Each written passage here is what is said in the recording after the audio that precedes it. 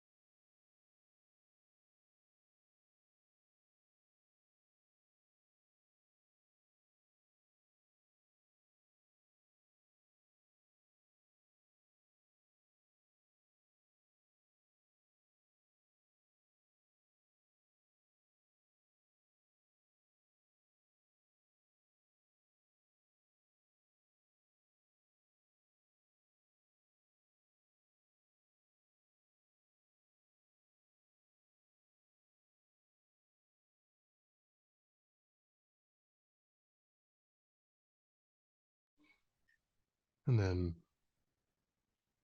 when the body is stable, and begin to pull back one's awareness from the environment, concentrating your awareness in the present by attending closely to the physical sensation of the air moving into and back out of the tip of the nostrils. Noticing quickly when anything other than that one physical sensation is arising in the mind, and without judgment or frustration, lifting your awareness up from those distractions and placing it gently but firmly again and again on the breath.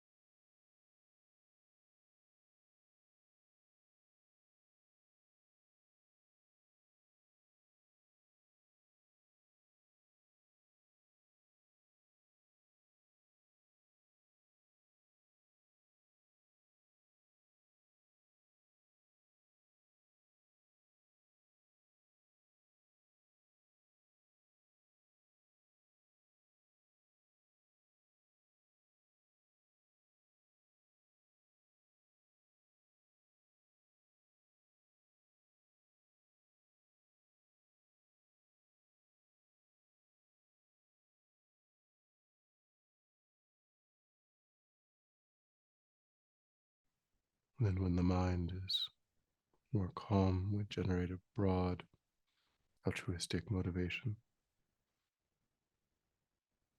thinking of using this time to cultivate positive, constructive states of mind, those that allow oneself to remain connected to a sense of peace and ease, and those that naturally give rise to actions of body and speech that are beneficial for others, wanting to reduce our familiarity, the influence of states of mind that are not beneficial, that agitate and disturb our own peace when they arise, and often give rise to actions that cause harm to others. Thinking of engaging in this process of inner transformation in order to be of greater and greater benefit to sentient beings.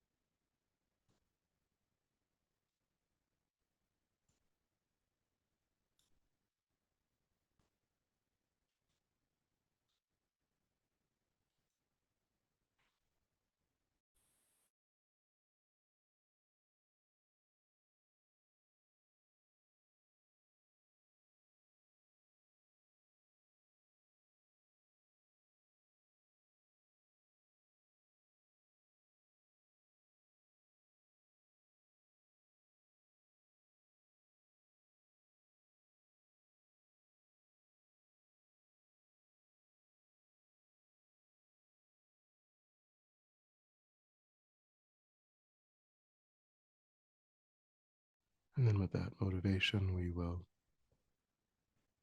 contemplate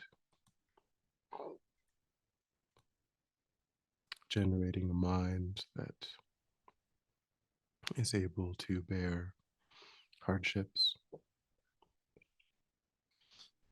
able to remain peaceful in the face of adversity, that may actively seek solutions, but without the impulse of retaliation.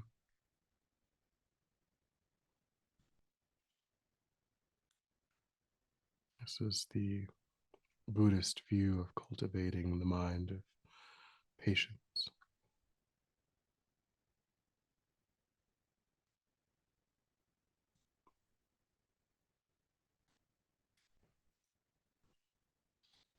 So we begin by contemplating the advantages of cultivating patience in the mind.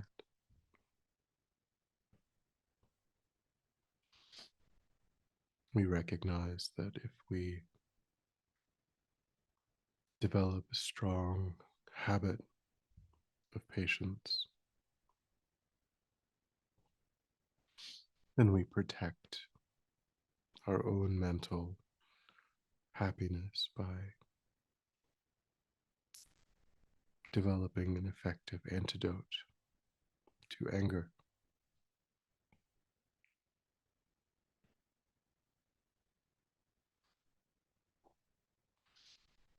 Anger is a mind that, when hardships, obstacles,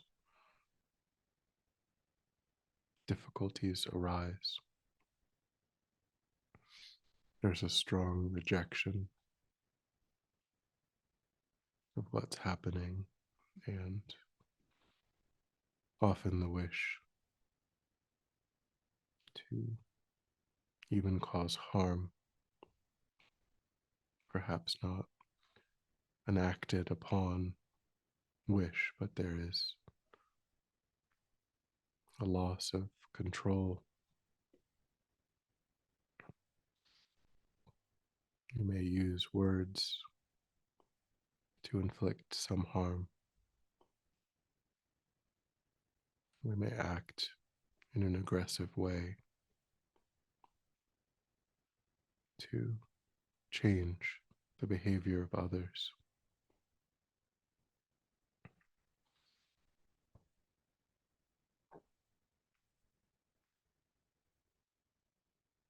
When we give in to that aggressive impulse,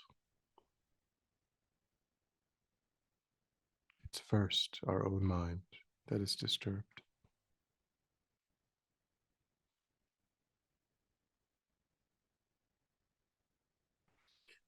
So think back over the past few weeks to a time or times when you lost your temper.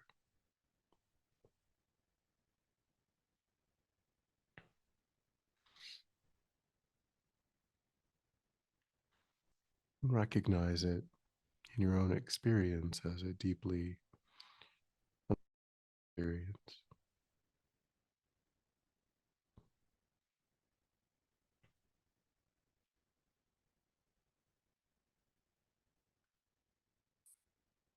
It can feel powerful, but it's a deeply agitated state of mind. See if that's true in your own experience.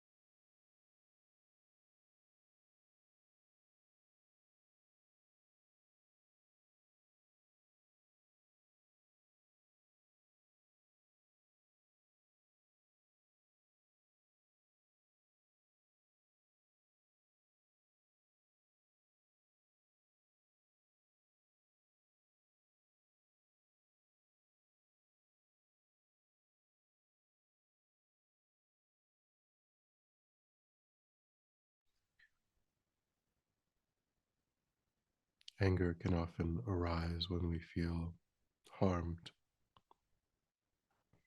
by the actions of others.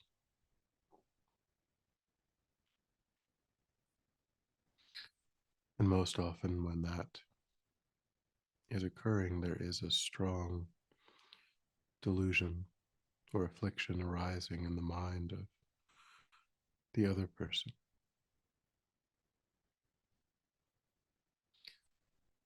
So they, although acting in a way that we find difficult, are themselves under the influence of the negative state of mind.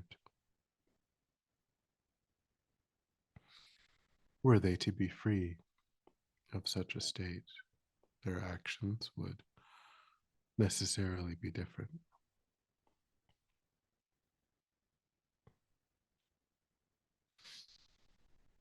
And due to their familiarity with these negative states, they may engage in these negative actions, often creating many seeds of their own suffering.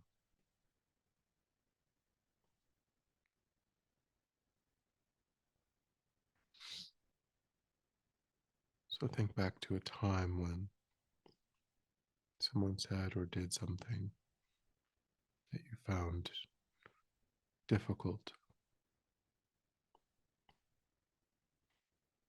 and try to see it as the arising of affliction, and see that person who's under the affliction as an object of compassion.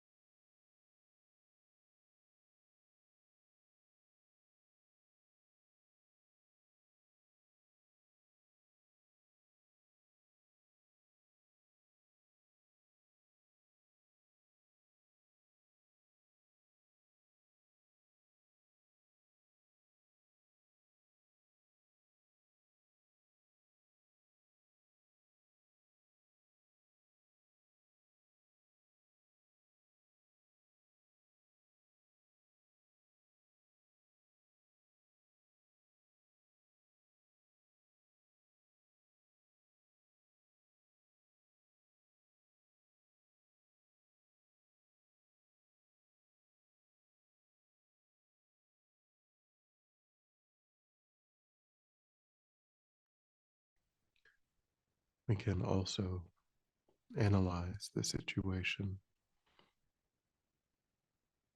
to determine if any actual harm was received.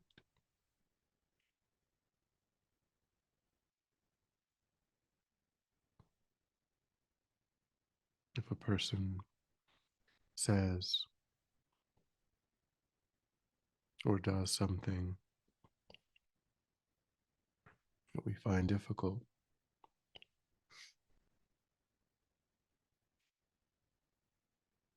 why is it that we labeled that as a harm?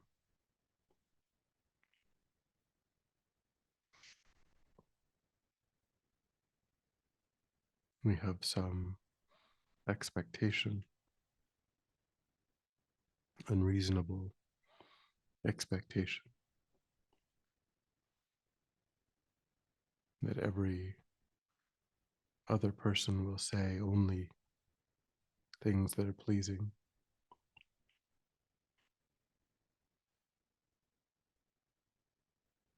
only do things that are kind.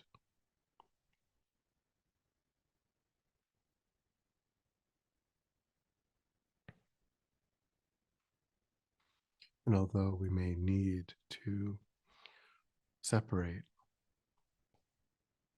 from some patterns of behavior, even then we can do so without anger.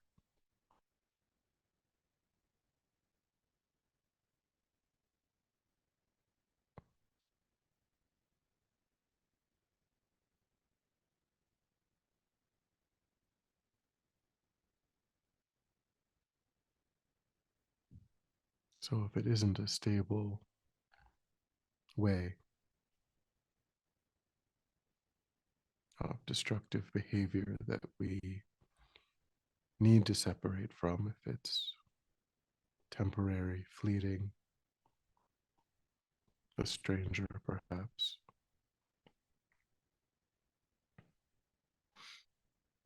then we've gone into that with a set of expectations.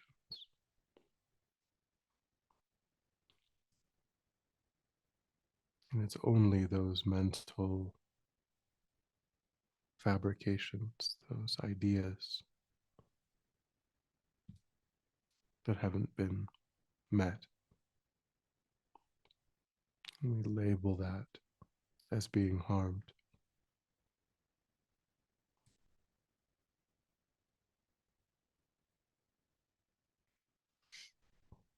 So see if you can soften the expectations. We need to maintain reasonable boundaries.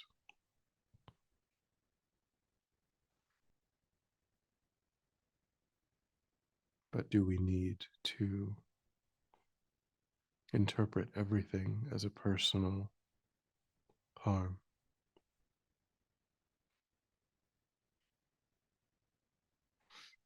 Everything that doesn't comport with our preferences.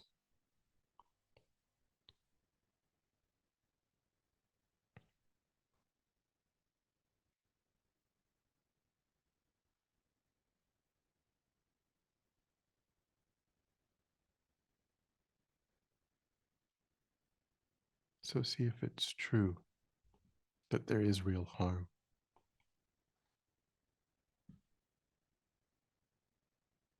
or if there was just a violated expectation.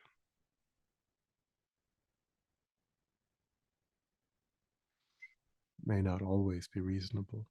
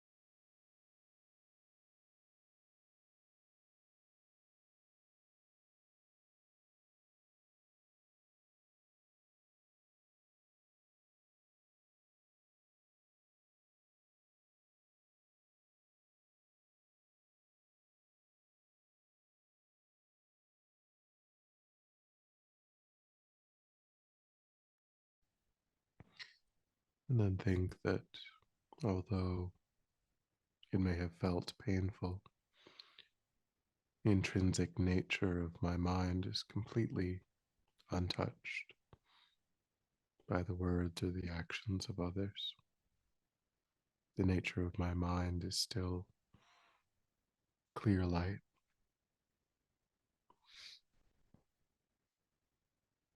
I still have the same Buddha potential,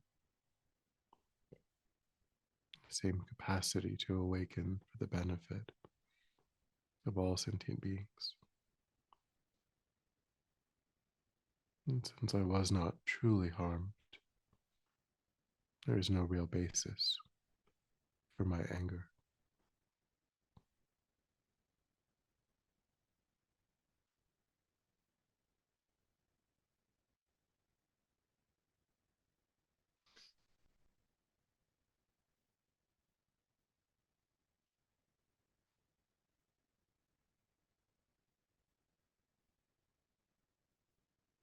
Try to see if thinking in that way can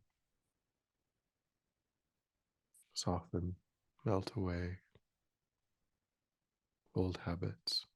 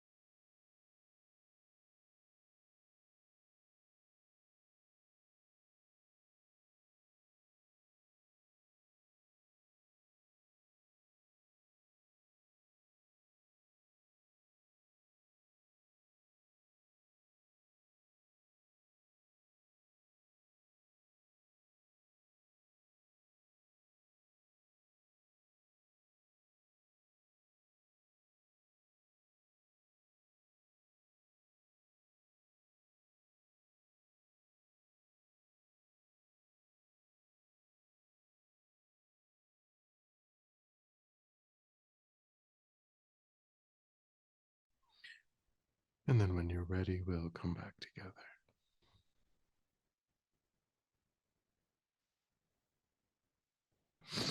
We'll dedicate to recollect your altruistic motivation and think that by having engaged in this contemplation, you've actualized that motivation. Just generated positive energy in the mind. That positive energy will ripen in beneficial ways. So think that you offer the fruit of your practice for the benefit of all sentient beings, without exception. Thinking when that positive energy ripens, may it serve as a cause and condition to eliminate war and conflict, poverty, famine, disease, disasters, all painful inner and outer conditions. May it fully ripen the minds of all sentient beings. May they quickly meet perfect teachers and arise in the state of full enlightenment. May I too achieve the state of enlightenment in order to work for the benefit of sentient beings perfectly. May any obstacles facing the Guru's long life be completely dispelled. And may I and all sentient beings in this moment come under the joyful care and guidance of enlightened beings. May we be guided and protected until we swiftly achieve that state of enlightenment.